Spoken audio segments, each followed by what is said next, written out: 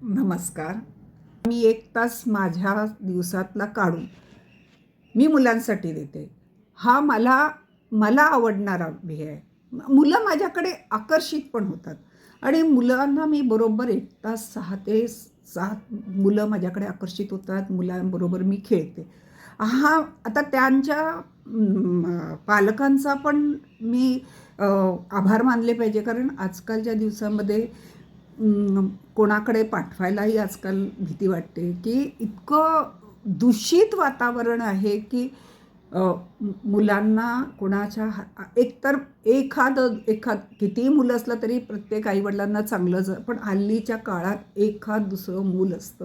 ते एखाद दुसरं मूलसुद्धा कुठे कशामध्ये कोणीतरी त्याला त्रास देऊ नये म्हणून ते घरातच खूप ठिकाणी बाहेर पाठवलं नाही जात, कोणाच्या घरात जायला देत नाहीत.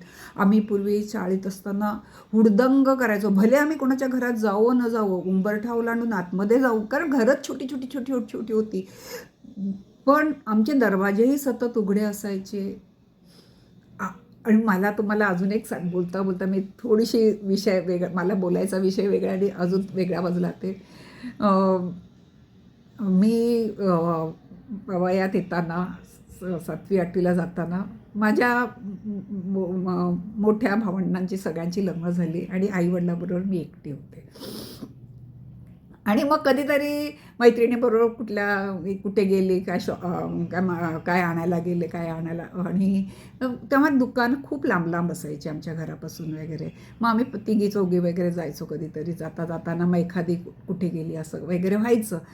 आणि अंधारात कुठे उभी राहिलेली कोणी पाहिली, एवढे दिवे पण त्यावेळेला पूर्वी नव्हते, तर माझ्या म्हणजे मी ओळखत नसेन त्यांना, पण ते मला ओळखायचे.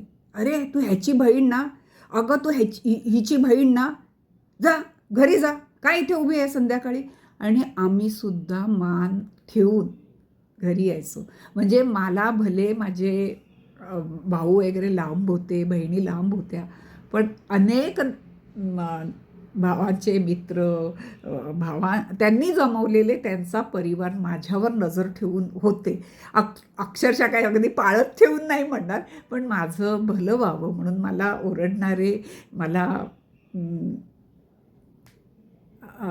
मार्गदर्शन करणारे अशी माणसं होते. आणि आम्ही पण त्यांना मान द्यायचो. लगेच ते म्हणाल्यावर तुम्ही कोण विचारणारे आहेत असं असा उलटं उत्तर नाही द्यायचे, पण ते त्या काळात चालायचं. आताच्या काळात नाही तसं चालत. आता दुसऱ्यांच्या लहान मुलांना गालाला हात लावलेलाही खूपशा पालकांना आवडत नाही, अशा काळामध्ये माझ्याकडे 20-30 मुलं येतात आणि मी त्यांच्याबरोबर खेळते. मी म्हणजे बसून खेळ असेल तर मी सगळ्या खेळामध्ये भाग घेते, पण धावून खेळ असतो तेव्हा माझी थोडीशी, ह्या वयामध्ये माझा स्टेमिना कमी असतो, त्यामुळे मी काही खेळायला जात नाही. पण ती लोकं खेळताना टायमिंग लावून ठेव, त्यांची टीम पाड, हे सगळं करते आणि त्याच्यामध्ये मला असा खूप आनंद मिळतो. आणि त्या मुलांना काय होतं, जी छोटी मुलं असतात ना, त्यांना मोठी मुलं थोडीशी कधी कधी बॉसिंग करतात. तर मी असली की त्यांना अगदी संरक्षणात्मक वाटतं आणि त्यांनाही कोणी खेळायला घेतात. मग मी ओरडते, अरे तुम्ही काय पहिल्या दिवसापासून खेळायला शिकलात का, तुम्ही चुकतच शिकलात ना, त्यांना पण घ्या. मग ते कच्चे लिंबू म्हणून घ्या वगैरे असं करून त्यांनाही खो खो वगैरे खेळायला लावते आणि ती मुलं अगदी आवडीने खेळतात. मग असं करता करता त्या मुलांना खेळाचे नियमही कळतात, मुलंही आवडीने येतात. आणि माझा तो 1 तास आहे ना, कोणी काही म्हणू दे, उचापत म्हणतील मला, म्हणजे मला माझ्या ओळखणारे बरीच जण म्हणतात, काय गं तुला तो म्हणजे मी बरोबर 6 ते 7 जायचं म्हणून माझ्या घरातलं सगळं आवरावरी पटापट पटापट आल्यावर मला एवढं करायचं हे असतंच ना, आपल्याला घरातली कामं असतात. तर कशाला एवढ्या, आणि आवाज खूप द्यावा लागतो मुलांना. आणि ज्या शिक्षक वगैरे झालेले आहेत त्यांना माहिती आहे की मुलांबरोबर राहणं म्हणजे किती, आणि त्या खरोखर एवढी वर्ष सर्व्हिस करून कधी काही माझ्या मैत्रिणी आहेत ज्या शिक्षक होत्या, काय गं तुला काय वेळ जात नाही काय मुलांमध्ये हो, आता बस ना मस्तपैकी टी व्ही बी व्ही बघत कशाला त्या मुलांमध्ये जाते. पण मला वाटतं खरंच त्या मुलांना गरज आहे. आणि मुलांना गरज आहे की नाही मला माहीत नाही. मला तो 1 तास आनंदी जगण्याची माझ्यासाठी गरज आहे. कारण आता कसं झालेलं आहे सगळ्या एकतर माझं आता जागा बदललेली आहे. तिथेही माझी मुलं यायचीच यायची आणि ते तर विश्वासाने यायची, हक्काने यायची, प्रेमाने. अगदी त्यांना त्यांचे तर भरपूर लाड होते. आता इथल्या लोकांना माझी ओळख नाही आहे. मी जागा पूर्णपणे बदलून मुंबईची पुण्याला आले. पण तरी संशय न दाखवता माझ्यावर विश्वासाने पालक मुलांना पाठवते.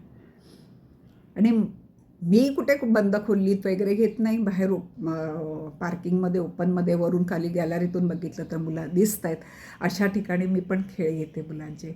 पण खरंच त्यातून जो आनंद मिळतो ना, तो अनमोल मिळतो.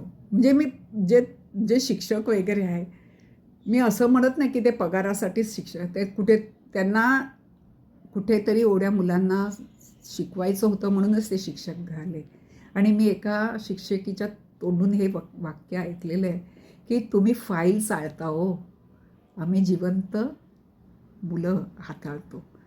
आणि त्यातही जे अगदी खूप गरीब घरातली मुलं वगैरे यांना शिकवणारे, रस्त्यावरच्या कामगारांच्या मुलांना शिकवणारे, वेश्यांच्या मुलांना शिकवणारे शिक्षकांना खूप त्या मुलांवर मेहनत घ्यावी लागते.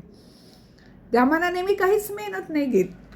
आणि मला त्याचा मोबदला म्हणून मला आनंद मिळतो.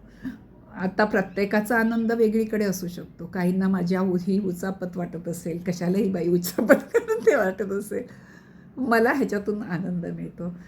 तुम्हालाही तुमचा जो आनंद मिळत असेल तुमच्या शरीराच्या मानाने, तुमच्या आणि तुमच्यातही खूप गुण असतील, तुम्हालाही मुलांना छान खेळवता येत असेल, बोलता येत असेल, तर जरूर त्या मुलांबरोबर राहा. बघा 1 तास मुलांबरोबर राहिलं ना आपल्याला थोडंसं आपल्या वयाचा विसर पडतो आणि आपण लहान असल्याचं भासायला लागतं. बघा तुम्ही माझा हा प्रयत्न करून बघा. तुम्ही माझं ऐकता त्याबद्दल मी खूप आभारी आहे.